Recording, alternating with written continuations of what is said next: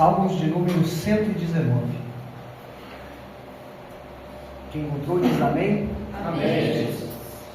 Diz assim: Bem-aventurados os retos em seus caminhos e que andam na lei do Senhor.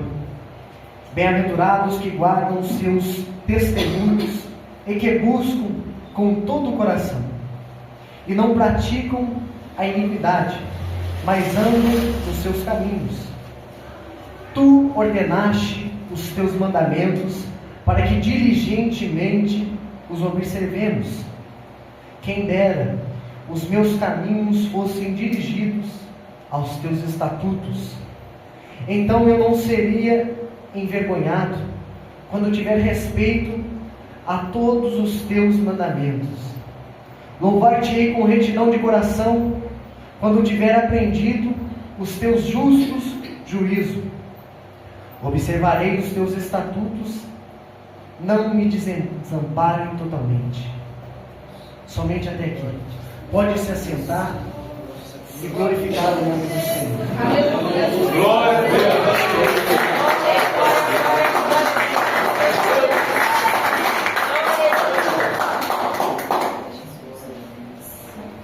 Meus irmãos, para quem me acompanha sabe que eu gosto de pregar com a Bíblia aberta, para que juntos nós consideremos o texto, e para não dizer que eu estou querendo colocar coisa na cabeça dos irmãos. Alguém aqui sabe dizer por que a Bíblia em si, a nossa Bíblia protestante, ela possui 66 livros? Eu trouxe algo separado porque em Salmos 119 ele mostra total devoção à palavra de Deus. É um salmo de Davi, onde os historiadores dizem que Davi escreveu esse salmo ainda jovem. E no verso 100 ele diz que a palavra de Deus deixa ele mais sábio do que os próprios anciões, os próprios mais velhos. Então isso mostra total devoção com a palavra de Deus. E é bom que de alguma forma a gente consiga manusear bem ou entender bem do que se trata a Bíblia, porque 66 livros, porque o nosso tem 66 e porque a Bíblia católica possui 7 livros a mais. Então é isso que eu vou, à guisa de introdução, dizer para os irmãos. A nossa Bíblia ela possui 66 livros. E esses livros, eles têm um nome, chama cânon. Cânon no grego significa medida, ou seja, com os 66 livros estaria a medida exata, o que é necessário.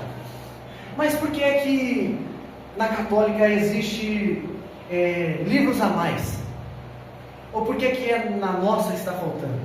Nós vamos entender. Quando Jesus veio aqui ao mundo, 250 anos antes dele e 250 anos depois dele, se produziu muita literatura. Então, muitas pessoas começaram a escrever sobre fatos curiosos. É como se a Bíblia não deixasse totalmente claro alguns assuntos, e muitas pessoas ficavam se perguntando: como é que foi, por exemplo, a infância de Jesus? A Bíblia não é muito clara acerca disso.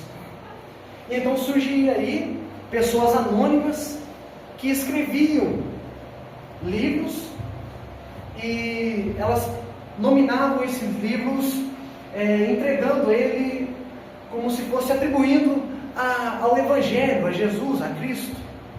Só que esses livros, eles são chamados de apócrifos, e o significado disso é oculto, escondido. Então, se o próprio significado é escondido, as pessoas que escreviam também eram escondidas, ninguém sabia de quem era. E se, por exemplo, eu, que não sou conhecido, escrever um livro, ninguém vai ler esse livro. Eu não tenho fama, eu não sou conhecido, então de fato ninguém leria esse livro. Mas se eu escrever um livro e atribuir isso a alguém de fama, Por exemplo, na nossa igreja, um homem famoso, um missionário, Davi Miranda, falecido. Se eu lançar um livro dizendo que o missionário que escreveu esse livro, de fato muitas pessoas leriam, porque toda a honra foi atribuída a ele. E é onde surgiu muita literatura nesse tempo. As pessoas não tinham nome, então elas enganjavam para angariar nome nos livros, atribuindo esses livros a alguém. Como, por exemplo, nós temos o livro de Enoque, que muitas pessoas usam para refutar, dizendo que foi o livro tirado da Bíblia, só que na verdade não passa de um apócrifo. É um livro que não tem muita relevância, porque tinha sim critérios para que entrassem os livros na Bíblia. Não era assim, a minha irmã mandou escolher esse daqui. Não funcionava assim. Tinha sim critérios. E os critérios era necessário, primeiro, ser escrito na Terra Santa. Segundo, ser escrito antes de Esdras, ou seja, do Antigo Testamento. Não contradizer com a Torá ou com a lei de Moisés. Aí nós já entramos em conflito com os livros da Igreja Católica, os apócrifos que passam, porque eles são apócrifos que eles dão legalidade para o purgatório, causam realmente coisas que são contra a Torá e a lei de Moisés. E é por isso que a igreja, ela protestante, não adquiriu esses livros, porque eles são fora de contexto, eles não batem. Quarto, para ser a partir do Novo Testamento, era necessário ter origem apostólica, ou seja, era necessário ser escrita por um apóstolo ou por alguém do vínculo de alguns dos apóstolos, alguém próximo, não era qualquer um. E por fim, ter um conteúdo e ter inspiração, ou seja, ter conteúdo relevante, aquilo que apoia a fé, e ser inspirado por Deus, ou seja, pelo Espírito Santo. Então é por isso que a Bíblia, a palavra de Deus, aquilo que nós lemos, possui aqui, a minha Bíblia em si, possui 66 livros, dando um total de 27 no Novo Testamento e 39 no Velho. Isso forma o cânon, a medida. E isso se fixou no concílio de Hipona, por volta do 3º século. E passou por várias reformas, porque sempre surgia, e continua surgindo. Hoje nós vemos que existem igrejas de profunda heresia, dizendo que existe um novo testamento de Jesus que foi achado através de placas de ouro, isso foi revelado a fulano de tal, e atribuem isso a Deus. E é por isso que não é qualquer coisa que entra no livro, e a nossa fé é firmada no Cristo. Então a Bíblia, no conceito básico, é assim que funciona. O cânon é os 66 livros, somente isso, é a medida. Apócrifo são os livros que adicionaram, ou seja, os livros ocultos ou os livros que não têm muita relevância, que possuem talvez um pouco de mentiras. Então, os apócrifos são os livros de fora. Então, toda vez que algum católico vier falar assim, por que no seu está faltando? Não está faltando, o nosso é a medida. O nosso é exatamente a medida exata. O que muda é no Antigo Testamento. Os deles têm 7 a mais, porque são apócrifos, não são apoiadores da nossa fé, da lei ou da Torá, a lei de Moisés. Então, já que nós entendemos, à guisa de introdução, o que é esses livros e como eles foram estabelecidos, vamos entrar agora na palavra de Deus, no livro de Salmos 119, para que a gente possa entender. Eu gosto de escorrer no texto. Vamos começar no primeiro verso. Para quem não sabe, Salmos, ele não possui versículos, ele possui versos. Isso é diferente. E ele é dividido em porção. A gente vê aqui, nós fomos até o verso 8.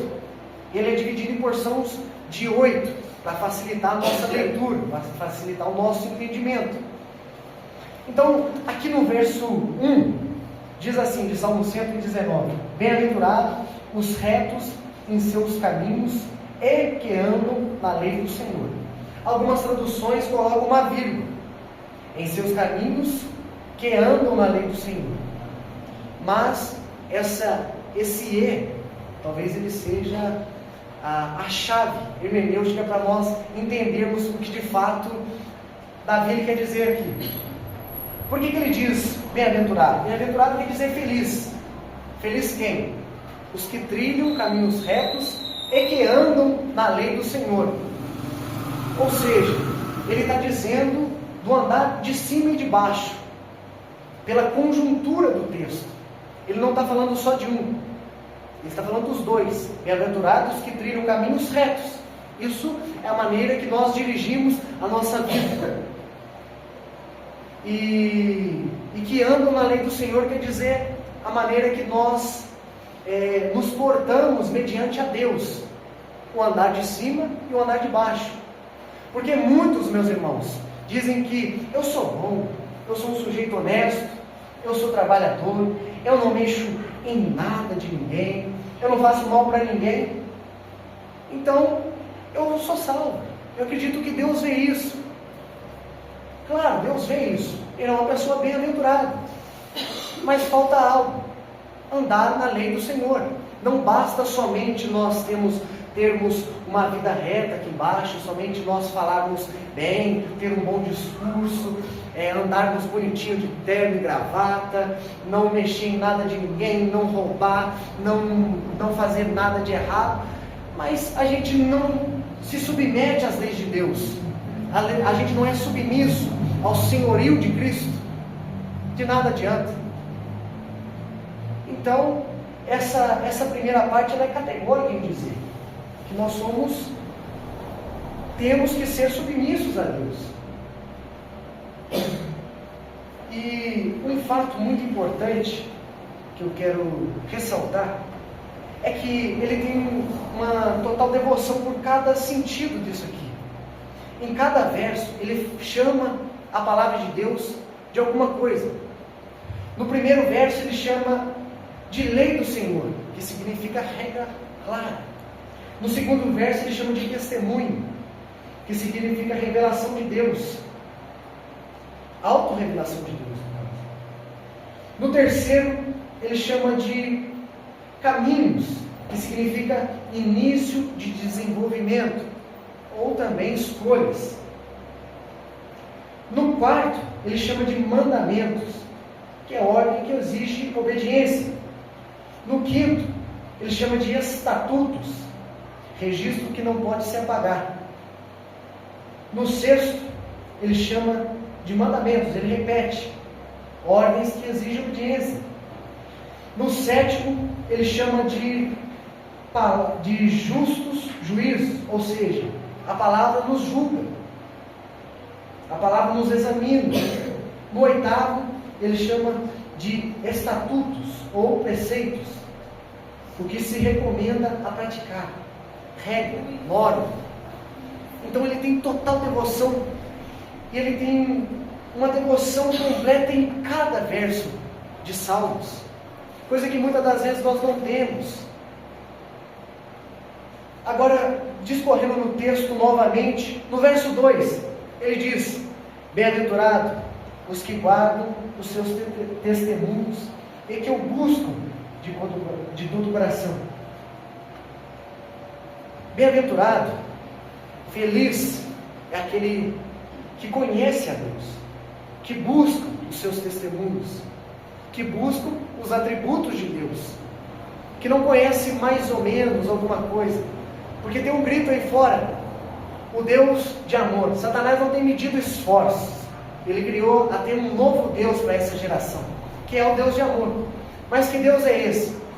Que mesmo sabendo que as minhas ações geram consequência, e que fecha os olhos das minhas ações e me deixa ir para onde a Bíblia diz que eu vou. Esse Deus que muitas igrejas têm pregado não é um Deus bíblico. Esse Deus que muitas igrejas têm pregado é um Deus falso. E esse evangelho vai levar muita gente para o inferno. Nós temos que compreender isso. Deus, Ele é um Deus de atributos.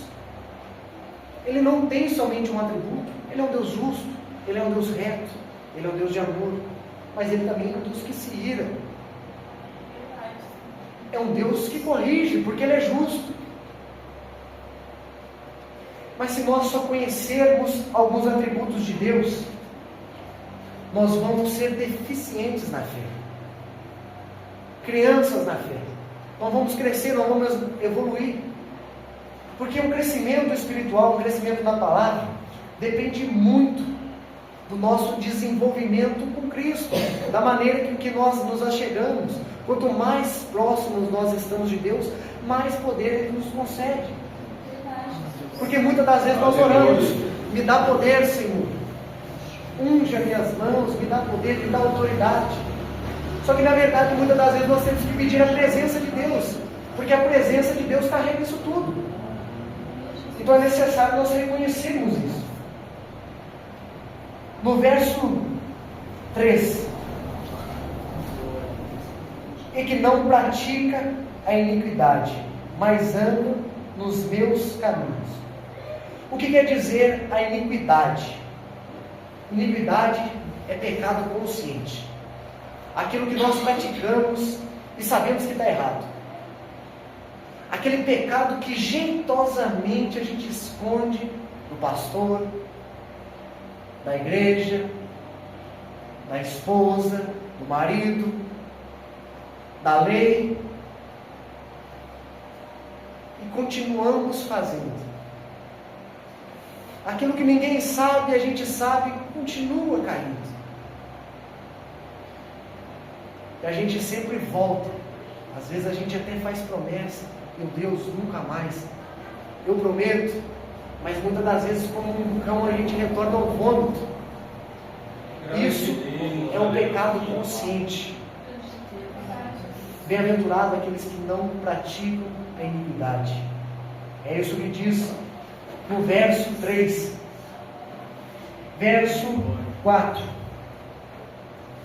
tu ordenaste os teus mandamentos para que diligentemente os observássemos. A palavra diligentemente aqui significa zelo. Ele diz: tu ordenaste para que nós seguimos a palavra com zelo, para que diligentemente nós observássemos a tua palavra. O que é isso? O que Davi está querendo dizer aqui? Para que nós venhamos ter zelo com a palavra, zelo com a palavra de Deus. A gente tem zelo com tanta coisa, mas a gente esquece do mais importante, que é a palavra de Deus, a palavra revelada. A gente não compreende. Aleluia. Que isso é um peso. Glória a Deus. A gente prefere muitas das vezes gastar a nossa vida com cursos que vão aprimorar a nossa parte no trabalho, no serviço, a nossa capacidade de desenvolver mais dinheiro. Mas a palavra, quando a gente fala, vamos fazer um curso básico de teologia, não, é o Espírito que revela. Falou de gastar, todo mundo corre. Falou para a gente aprender, todo mundo corre. Mas Deus ordena para que a gente diligentemente observássemos os teus estatutos. Mas a gente está aprendendo Bíblia com música, está aprendendo Bíblia com séries profanas. A gente tem que ir para a fonte, diretamente para a fonte, a palavra. A gente está terceirizando a palavra de Deus. A gente fica descobrindo a palavra de Deus através de videozinho curto, quando na verdade a gente tem que mergulhar na palavra verdadeira, que é a Bíblia. a gente gasta tempo vendo videozinho, passando horas e horas em videozinhos curtos, que derrete o nosso cérebro, manda uma descarga de dopamina, mas a gente não consegue passar horas orando. Eu não consigo ler um livro de Gênesis inteiro, mas eu consigo maratonar a série de Netflix, consigo maratonar no YouTube, no TikTok, no Instagram. Eu faço muito para o mundo e pouco para Deus. Sem saber, eu estou servindo mais o diabo do que o próprio Cristo. E a Bíblia diz, não tem como adorar dois senhores. A gente agrada um e desagrada outro. Não existe isso, meus irmãos. Nós temos que ter total ciência disso. Compreender. Porque a palavra é dura, a palavra machuca. Mas muitas das vezes a gente não gosta. Quando a palavra machuca o nosso ego, quando a palavra machuca aquilo que nós gostamos, principalmente aquilo que é muito conveniente, se toca no meu trabalho, Jesus me pede para me seguir, eu vou, mas vai ter que deixar pai e mãe. Mas assim também não. Eu vou, mas essas roupas profanas vai ter que ficar de lado. Não, mas assim não. Eu vou, mas vai ter que mudar o palavreado. Não. Eu sou assim, aprendi assim. Eu vou. Aí Jesus disse, mas vai ter que deixar essa cultura que você aprendeu com a sua família, essa cultura errada. Não, mas assim não, é da minha família. Desde novo eu aprendo isso. Desde novo eu estou acostumado a idolatrar essas imagens. Desde novo isso vem da minha família, vem da minha avó, do meu bisavô. Eu não vou quebrar a cultura, a santa cultura da minha família por Jesus, não vou fazer isso. Então, sinceramente você negou a Jesus. Sinceramente você negou a verdade. Tem pessoas que dizem, eu vou ser sincero, eu não consigo largar isso não. Eu vou ser sincero, para mim assim está bom. Uma pessoa que é sincera e está enganada, ela é uma pessoa sinceramente enganada. Não adianta, meus irmãos. A gente tem que rever sempre as nossas atitudes e mudar, estar disposto a ouvir, a mudar. Porque a palavra de arrependimento, ela diz isso: arrependei-vos. Metanoia, mudança de mente. Mas nós não entendemos muitas das vezes isso. Nós não compreendemos que nós temos que mudar o nosso entendimento para mudar aquilo que nós acreditamos. Porque o nosso cérebro, ele tem facilidade de procurar argumentos para defender aquilo que nós acreditamos. Eu posso estar mais sujo no pecado, mas o meu cérebro vai procurar argumentos bons para dizer o porquê que aquilo está acontecendo. E argumentos realmente plausíveis. A gente que às vezes escuta fala, meu Deus, se eu tivesse no lugar eu também estava. Mas na verdade não. A gente tem que dizer, eu mudo sim. Com Jesus eu mudo. Se for para minha conta, não consigo. Não consigo mesmo.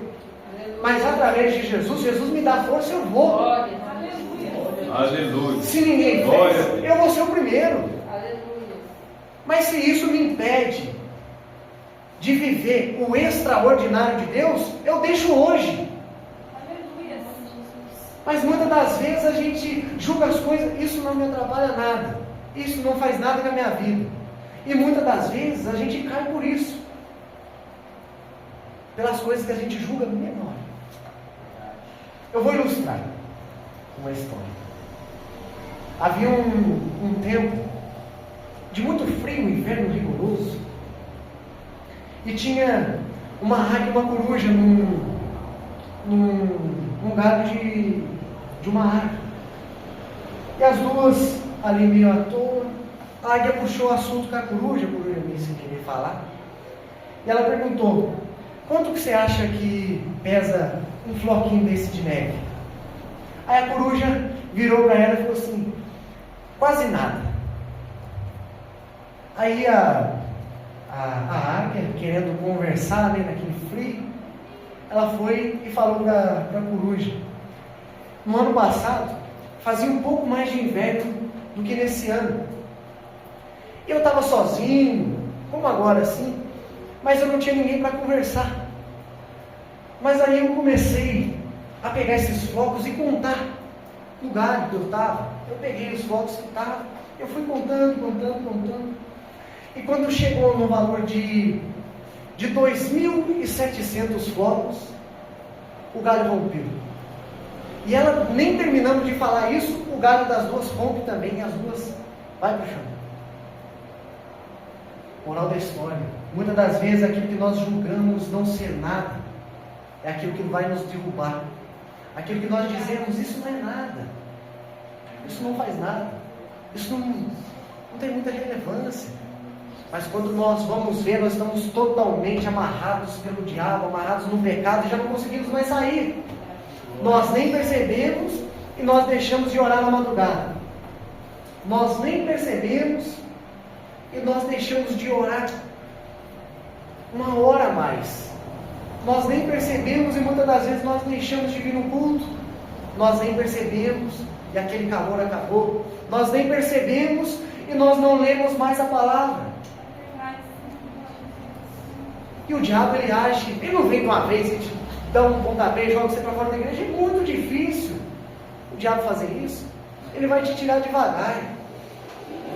E quando a gente sai, quando a gente cai, é difícil levantar. Dá trabalho. Então nós temos que entender isso.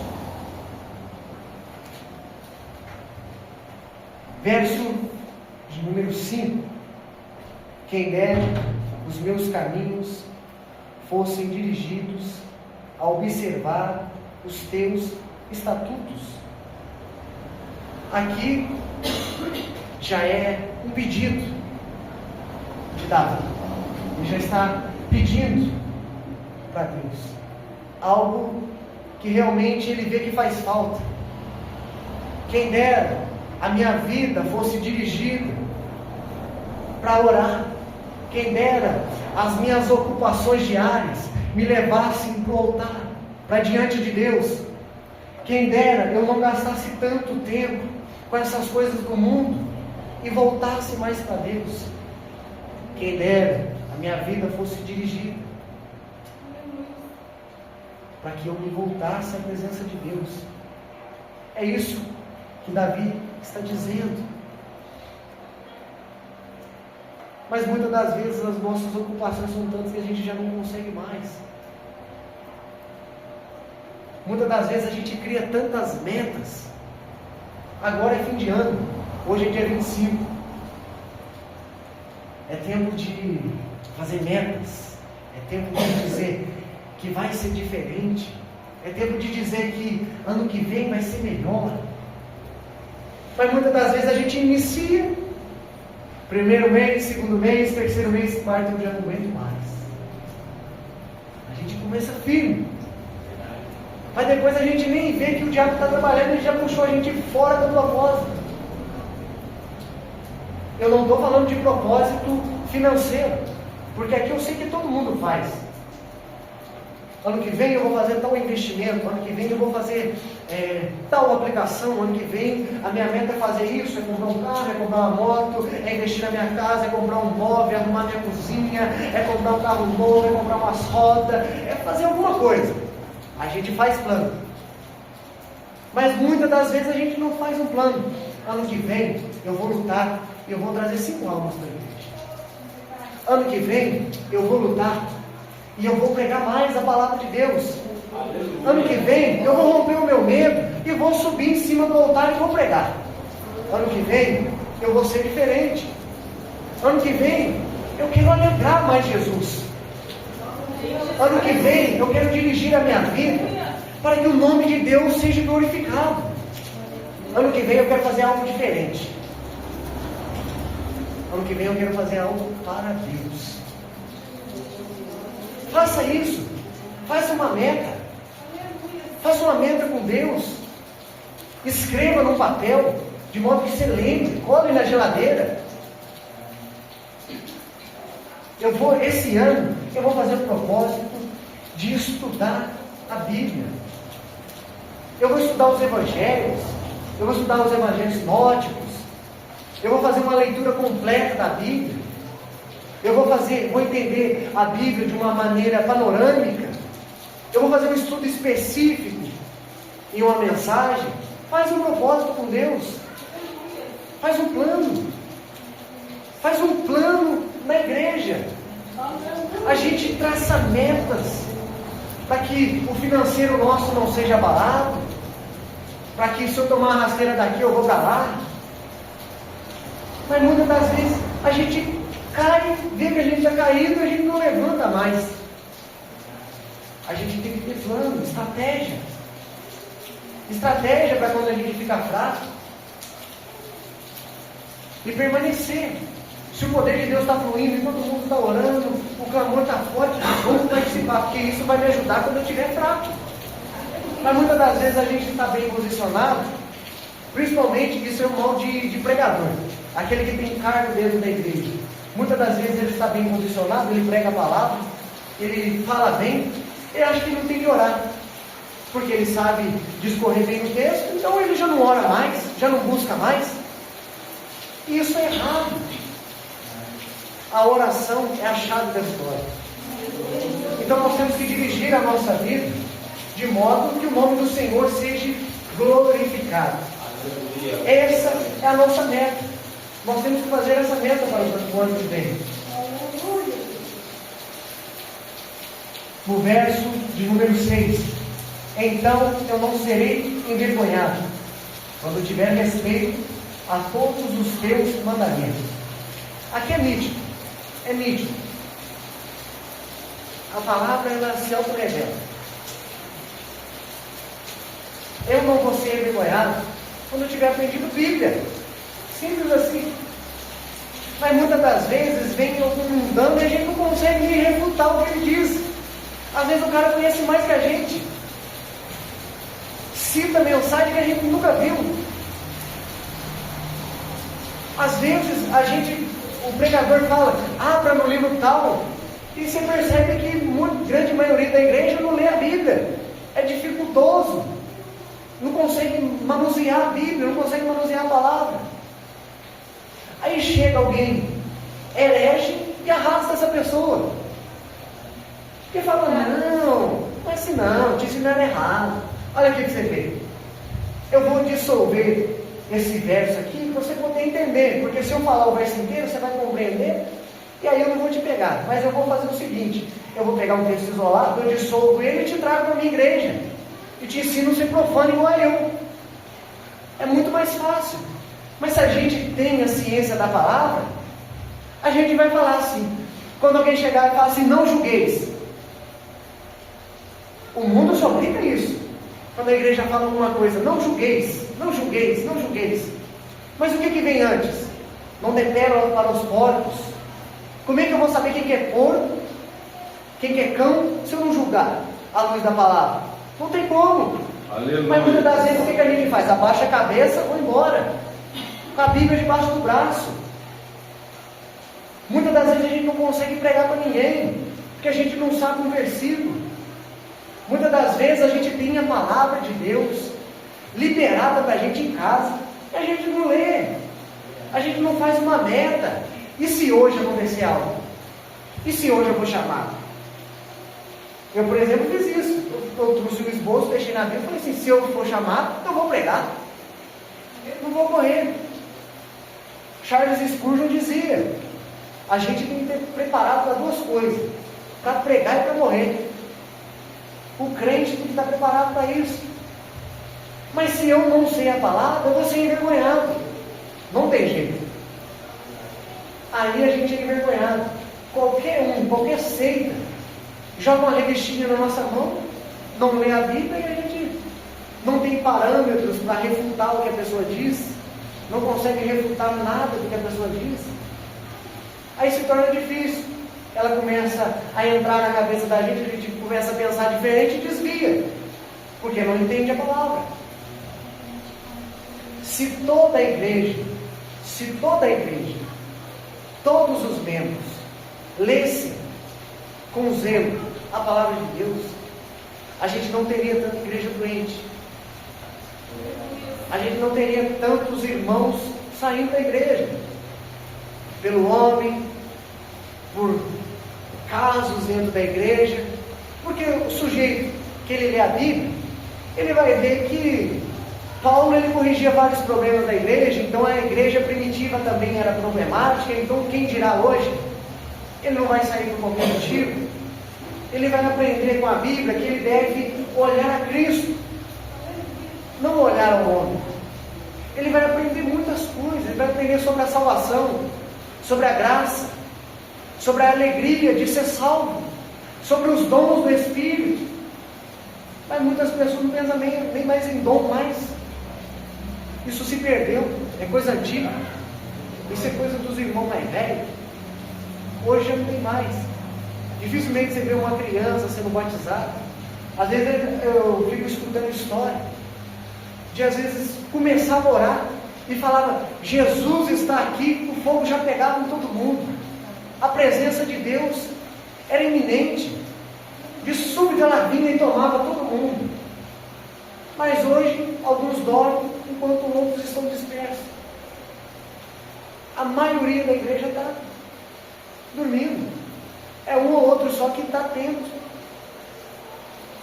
Mas se a gente não se atentar a essas coisas, não se atentar à palavra de Deus, não se atentar à oração, não ter um zelo, diligência pela palavra de Deus, nada a gente vai fazer. A gente não vai conseguir chegar em lugar nenhum. Mas tem casos e casos. Existe a pessoa que ela não lê, ela não possui a capacidade de ler, né? Ela não teve uma educação quando era criança, muitas das vezes trabalhava. E essas pessoas, Deus, por incrível que pareça, tem um mistério, mas um mistério diferente, um mistério do clamor, e Deus revela. Deus revela grandes coisas, porque Deus trabalha na humildade. E essa pessoa, dificilmente ela vai ter alguém à volta dela que não saiba ler e não saiba falar da palavra para ela. E observa para você ver, a maioria das pessoas que não lêem e tem um zelo pela palavra, elas memorizam muitos versículos na cabeça, coisa que a gente que sabe ler não consegue. As pessoas que às vezes não têm o dom de poder ler a palavra, tem mais zelo em memorizar a palavra do que a gente mesmo. Então nós temos que ter zelo com a palavra de Deus, para que nós não venhamos ser envergonhados. No verso 7, louvar-te-ei com retidão de coração, quando tiver aprendido os teus justos juízos. O que é louvar? Louvar é elogiar a Deus, engrandecer a Deus. E se eu engrandeço ou elogio alguém que eu não conheço, eu sou hipócrita, eu sou como um fariseu. Então só pode louvar a Deus com retidão quem tiver passado pelo trigo da palavra. Não tem outro. Só pode louvar a Deus aquele que realmente conhece o Deus da palavra. Aleluia, Jesus. A gente vê muito hoje cantor sertanejo cantando louvor. A gente vê funkeiro atribuindo a sua fama, a sua promiscuidade a Deus. A gente vê muitas pessoas aí que nunca souberam o que realmente é o Deus da Bíblia, cantando e falando, estou louvando a Deus. Não está. Ímpio não adora. Ímpio canta, ímpio não adora. Deixa a criança louvar. Deixa a obreira, o obreiro louvar, porque ímpio não adora. Ímpio canta. Então não adianta a gente falar assim, nossa, olha só aquele cantor, ele canta aquelas músicas trabalhadas, está cantando louvor agora. Engajamento. é engajamento. Deus pode fazer a obra? Pode. Deus pode fazer a obra em qualquer um. Eu mesmo vim do lamaçal do pecado. Sujo, mas sujo. Mas falar que eles estão adorando? Não. Ímpio não adora. Se não passar pelo trilho da palavra, não tem como adorar a Deus. Então, se eu canto adorando a Deus, de modo que eu não conheço Deus, eu vou estar elogiando alguém que eu não conheço. Então eu sou um hipócrita. Então eu não estou louvando, estou sendo hipócrita. Amém? Verso de número 8. Esse aqui, meus irmãos, ele tem uma conjuntura com o verso 5. Diz assim: observarei os teus estatutos, não me desamparem totalmente. Aqui ele, no 5, ele diz: quem dera os meus caminhos fossem dirigidos a observar os teus estatutos. E aqui ele fala: observarei os teus estatutos, não me desampares totalmente. Ou seja, ele reconhece que ele está distante, ele reconhece que ele está longe, mas ele fala: eu vou ler a palavra, eu vou orar mais, eu vou buscar um entendimento, eu vou fazer um estudo aprofundado, eu vou meditar mais na tua palavra, eu vou ler ela na madrugada, eu vou ler ela mesmo quando eu estiver batendo sono, eu vou lá, olho a cara, volto de novo. Mas não me tira a tua mão de mim, não. Não afasta a tua mão de mim, não. Glória a Deus, aleluia. Eu vou voltar. Eu vou continuar lendo a palavra. Eu sei que eu me afastei, mas eu estou voltando. Não me desampares totalmente. Ele reconhece Davi, o escolhido de Deus. Ele reconhece que ele precisava voltar mais à presença de Deus, meditar mais na palavra. E nesse salmo ele mostra a sua total devoção a Deus na palavra. Ele reconhece o poder da lei de Deus, o poder que tem essa Bíblia. Aleluia, glória. Ele reconhece que sem ela ele não chega a lugar nenhum, porque ela é a palavra de Deus. Ele sabe que ele precisa meditar nela. Ele precisa meditar nela para reconhecer o quão longe de Deus ele está. Porque a palavra de Deus ela é como um espelho. Ela mostra a nossa sujeira. Ela mostra que não está bom. A gente chega diante de um espelho. O espelho revela tudo. A gente arruma, vai diante do espelho, acha que está bom, aí o espelho fala e diz para a gente: está bom, tá, mas dá para melhorar. Assim é a palavra de Deus. Constantemente ela nos confronta a mudança. Mudança de comportamento, mudança de mente, mudança espiritual. A palavra nos proporciona muitas coisas. A palavra nos faz entender muitas coisas. Quem aqui não era escravo do diabo e através do que está escrito aqui, a sua vida mudou? Quem aqui muitas das vezes estava todo amarrado, não sabia nem o que fazer mais? Uma cultura totalmente profana, que tudo podia fazer e acreditava que estava seguindo certo. E quando deu de cara com a palavra de Deus, viu como eu sou miserável, como eu preciso da presença de Deus, como eu preciso me acertar. E a palavra que veio ao meu coração nessa noite para trazer da igreja é esta: que o Espírito Santo possa falar cada vez mais com cada irmão que está aqui, que nós possamos ter um aprofundamento bíblico, nós possamos ter diligência com a palavra, ao entrar na palavra, para compreender realmente o que de fato está dizendo. Amém? O Espírito Santo fale melhor em cada coração. Glória a Deus.